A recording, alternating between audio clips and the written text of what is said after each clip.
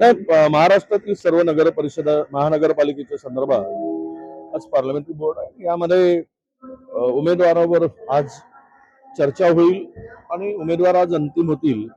आज आणि उद्या 2 दिवस त्या संदर्भात, कारण 29 महानगरपालिका आहेत आणि त्या प्रत्येक महानगरपालिका वाईज युतीबाबत, आघाडीबाबत आणि उमेदवार कोणते घ्यायचे, कोणते सोडायचे, या सगळ्याबाबत चर्चा होणार आहे.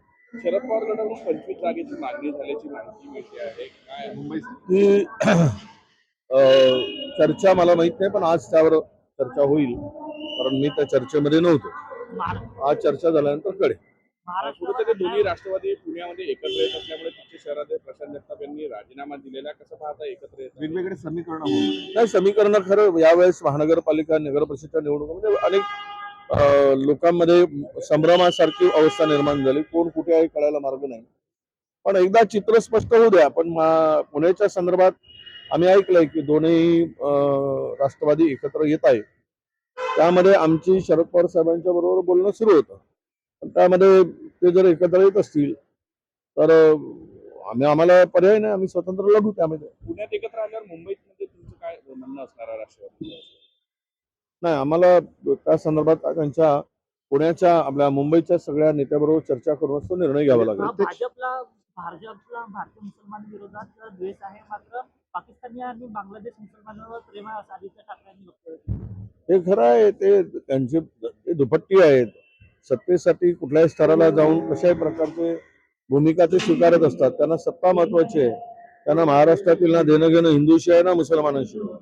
त्यांचं एकमेव आहे की केवळ सत्ता कसं मिळवता येईल, हाच एक त्यांचा उद्देश आहे. महाराष्ट्रामध्ये, आपल्या देशामध्ये द्वेष निर्माण करायचं आणि मतं घ्यायचं, द्वेषाचं राजकारण करणं आणि विष पेरणं हा एक त्यांचा अजेंडा झालेला आहे. मुस्लिम म्हणाले लाडक्या बहिणींना 2100 रुपये दिवस मुस्लिम म्हणाले की लाडक्या बहिणींना 2100 रुपये. लाडक्या बहिणीमध्ये तसं काही हिंदू मुस्लिम वगैरेचा विषय नाही. जे पात्र आहेत त्यांना देत असतात. मुस्लिम काही 2100 रुपये दिवस नाही, ते मुस्लिम काही बोलू देत. मुस्लिमच्या हातात आहेच काय. सध्या हसन मुश्रीफ जे म्हणजे भारतीय जनता पक्षाच्या दयेवर आहेत. हो, एका जागेसाठी मोठ्या प्रमाणात काँग्रेसकडून उमेदवारी दाखल झालेली आहे. क्रायटेरिया काय असेल आणि जागांचा तिढा सुटल्यावर नेमकं नाही, तो कार्यकर्ता निवडून येण्याची शक्यता आणि त्या भागामध्ये असलेली त्याची लोकप्रियता असे निकष लावलेले आहेत आणि त्यामध्ये असलेलं त्यांचं सामाजिक कार्य, समाजामध्ये कार्य, पक्षामध्ये कार्य, हे सगळे निकष बघूनच उमेदवारी अंतिम होईल.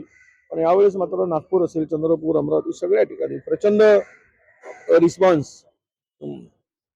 मी विदर्भातील 4ही महानगरपालिकामध्ये आहे.